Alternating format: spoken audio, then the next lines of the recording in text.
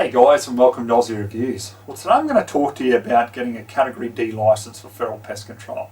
The reason I'm doing this is because I'm getting emails daily saying, Ozzie, how do you get a Category D license? How did you get into occupational shooting and so forth? Now honestly guys, I can't keep repeating myself, so I thought, look, it's time for me to do a video so I can refer people to the video for more information. Now what I'm going to tell you in this video isn't any secret, because here in Queensland anyway, this information is freely available on the weapons licensing homepage. It's honestly no secret. So what do you need? First of all, you need to register an Australian business, okay? Because it has to be a proper business. You need to claim income, pay tax and all that sort of thing, just like any other business. Then also what you need is you need to have insurance, because your recreational insurance that you use for the sporting shooters, or most of you who are members, as you know, you've got the liability insurance that comes with your membership. That's not applicable for feral pest control. And why? Because you're actually doing it on a business or an occupational level and being paid for it, okay? So they're not going to give you free insurance. So it's going to cost you about $1,000 for a year to have that insurance, depending on which insurance company you go through. Once you've got the insurance, okay, you need to obviously do your safety course. So if you're going to go for Category D, you need to go along, do a safety course naturally. Just like when you're going for A or B or H or C or any other categories, you have to actually do the safety course, okay? Once you've done that, then obviously you need to have contracts. Now a lot of people email me about this and say, oh, Ozzie, can I have a copy of a template you use to get a contract or write up for a contract? Well, I always refer them back to weapons licensing, because weapons licensing actually have a template, believe it or not, for this sort of thing here in Queensland. And they'll send it out to you, so then you know what you've got to produce to a property owner. Now a lot of people will be saying, well, why do I have to have contracts and so forth? Well, what they want to do is they want to see that you've actually got people who are willing to pay you before they authorise or grant a Category D licence, or just a normal occupational licence to do feral pest control. So what you need to do is, you need to get like 4, 5, 6 odd contracts, okay, and put them in. And why they need the contracts in particular is because Category D, here in Queensland anyway, guys, just remember that. I can only speak for Queensland, not New South Wales or any of the other states. Here in Queensland, you're limited to the shires. So in other words, hypothetically, okay, it might be the council, like Goondiwindi Shire Council, okay, have a contract there, then you send that in, and then what will happen in your condition code is you'll actually have like Goondiwindi Shire, where you're authorised to use Category D. So in other words, what that means is if you have a farmer that gets in touch with you and says, oh, g'day, it's Bob Smith here, you shoot on the property owner next door, his property, and I'd like to hire you for feral pest control. Well, in times gone past, it used to only be the property that you could use the Category D firearm on. So what they've done is they've expanded that to shires now. So at least what happens in that circumstance is, provided the property is zone rural and it's in that shire where you've already got permission, you can go and do it.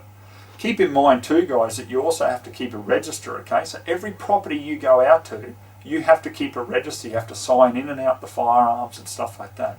Okay, so it's not a case of, hey, I've got a Cat D license now and I've got this cool looking AR-15.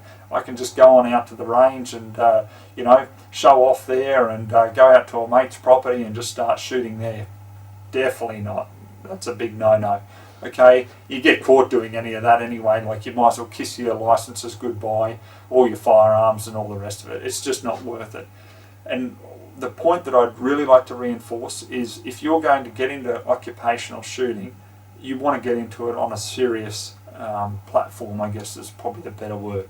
And the reason I say that is there's people out there, myself included, that rely on occupational shooting as your income. Okay, now obviously if you've got guys out there doing that, are they really going to appreciate small time guys coming along and then undercutting your contract and things like that? Okay, so that's why the information's not freely out there, and why you don't have a lot of guys in the community, the community of shooting, saying to people, well, hey, yeah, get this Cat D license for feral pest control, because at the end of the day, it's a business.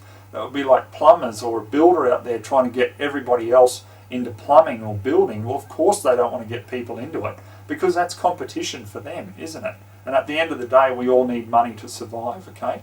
So I don't think there's any sort of conspiracy theory about why the information's not out there, because, as I say, like you can get the information on what the requirements are on the weapons licensing homepage. Okay, so once you've got your contracts from there, what you need to do is you need to submit all that in. Now, if you've already got a firearms license, so say for example you've got an A and B license, well, you need to get occupational endorsements on that license, okay? Because it is actually illegal for you to go out on a recreational license and start doing occupational shooting when you're not authorised on the license to do occupational shooting, okay?